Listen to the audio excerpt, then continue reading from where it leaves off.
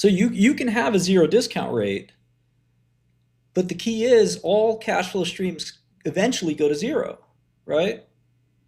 So, for example, in pharma,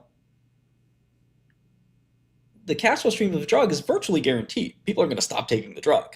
Once you're on a drug, you're on it, especially if it's chronic illness, right? But the patent expires, so your cash flow goes to zero. So what businesses have a moat? What businesses are going to stay around for 100 years? It's pretty hard to determine. If you look at the Dow Jones from 100 years ago, these are very, very weird companies that you may not have heard of. Dow Jones constituents 100 years ago.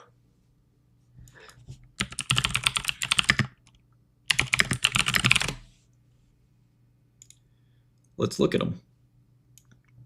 There are 12 original companies in the Dow Jones, okay? How many of you think of that? How many do you think still exist?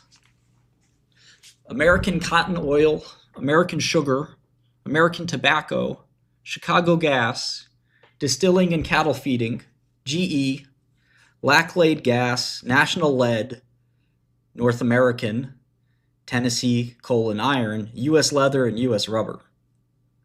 GE was the only one. So, just keep in mind that, some of them exist through M&A, no doubt. Businesses just don't disappear, but a lot of them are smaller. So keep that in mind. 1901. Copper mining, smelting and refining. You can combine all the mining companies, they still wouldn't be worth putting in a Dow. International Paper is kind of like a mid-cap now. So they're still around, they're just not valuable. So what moats, what cash flow will endure is the question, because when you have confidence, your discount rate drops.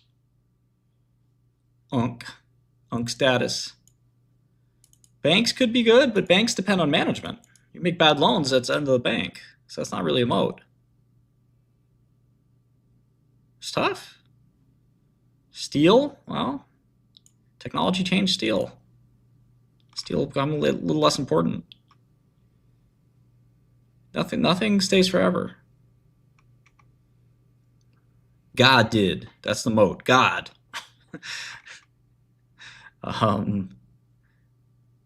Faith-based investing.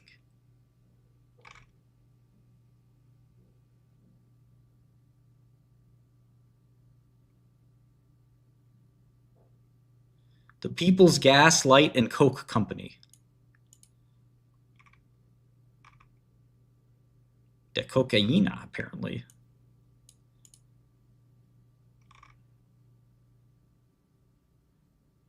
It was dropped from the S&P, or for the Dow. B.F. Goodrich, Western Union. Western Union was one of the biggest companies in the world. Westinghouse. Sugar refining. Sugar refining. The American Sugar Refining Company. What? The American Can Company. The American Beet Sugar Company. These were your leaders? Studebaker Corporation. Of course, they're Studebaker. I'm old enough. I remember Studebaker. I read the 10K. They had on this paper. You couldn't even turn the page. It was such brittle paper. But yeah, I remember Studebaker. You had to ask for the 10K at the annual meeting. I used to go to the meeting in a horse carriage. They send me the next 10K. It will come in 3 weeks after the results. Mack Trucks Inc. Sears Roebuck. Anaconda Copper Mining. Baldwin Locomotive. There's DuPont. That was a real one. You're real for that one. American Tobacco Company, I think, became Philip Morris. There's AT&T. AT&T was kind of a forever company, kind of like what Chris Hone is saying. I mean, what's the discount rate, right? And if you're trying to give these shares to your kids or something like that, then you kind of don't have a discount rate, right? As long as the cash flow is there, you're not really discounting it because the biggest risk. There's kind of like two, what you learn. The first formula you learn in Braley-Myers is this dividends divided by what? Risk. And you can do dividends divided by risk minus growth. And this is it. This is how you price an annuity, basically. Right? This is like the fundamental. We don't sell at API yet, but we will at some point. This is the fundamental. Every field has a fundamental kind of formula. This is the fundamental formula of finance. This is kind of the key thing. So growth is something that's really important. All three of these things are important. So this is the cash flow. This is the growth of those cash flows. And this is the risk to those cash flows, including time value of money risk and things like that. So if D goes down, you have a problem because nothing else matters, right? The rest of the formula is irrelevant. If if D is pre-planned to go down, like pharma, we know the drug's going generic. That's part of the game, right? But Coca-Cola, I was going to say KO. Coca-Cola, there's no plan, at least, for revenue to go down. So this dividend should be good, right? There's no game plan that's not part of the business model. Their plan is to grow. Now, can they grow is another question, but the game plan is to grow. But what's the risk? What's the risk that in 50 years they have no cash flow? And how much do I discount it by? If I discount it by 2%, that's my risk-free rate, or that's my inflation rate. Then my even 2050 cash flows matter, even 2070 cash flow matters. Risk is kind of subjective, and it becomes objective after you receive the cash flow. So growth really doesn't matter that much if you can secure the bag, and that you can believe that this dividend stream, this income stream is for sure, this discount rate drops like a rock. There's only so many companies that have that. That's why people focus on MOAT so much. And play around with the numbers, Open an Excel.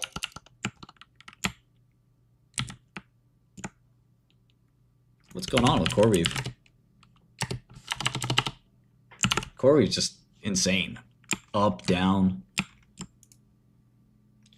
So let's say a company is going to grow at 1% a year, but here's 150 years, 160 years of growth. And then I got a company that's going to grow 10% a year. No joke, 10% a year for 10 years. What's the more valuable cash flow stream? I know all of you people, okay? Yeah, you watching right now. You would say, why would I buy this company? That's crazy. I'd much rather buy this company. It's going to grow.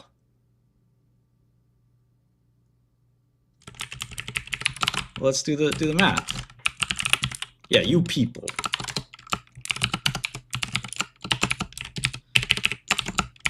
It's a lot of value there. Let's say $1 billion or $1,000, depending on how many zeros you want to put in front of it. It's 10 times earnings too. Not bad.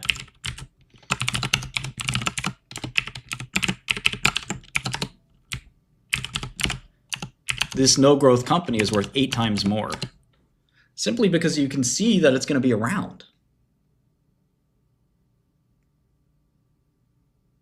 And other investors will pay that premium. You don't have to live that long.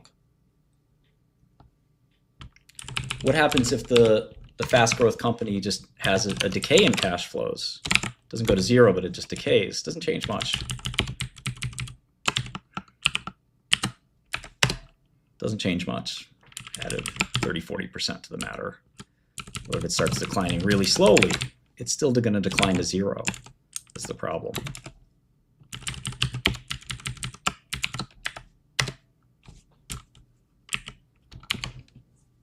Cash flow is a long time away from now. You don't know what the hell Microsoft's going to be doing in 2030 or 40 or 50, do you? Or Apple. You're just trusting the guys that are running it are going to be good guys, but how do you know? What if they hire Jeffrey Epstein? They don't know. Could be anything. Berkshire's assets have a moat. Berkshire itself doesn't have a moat.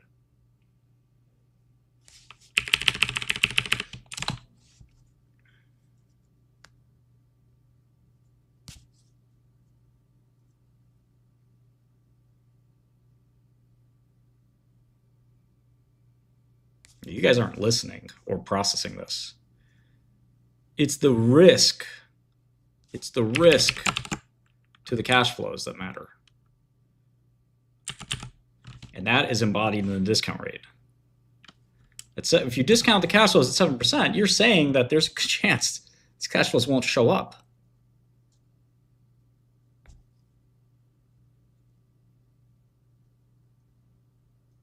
So you got to find the company that has the strongest. This is what this guy's been talking about. I don't know if you've been listening. Some of you haven't been listening.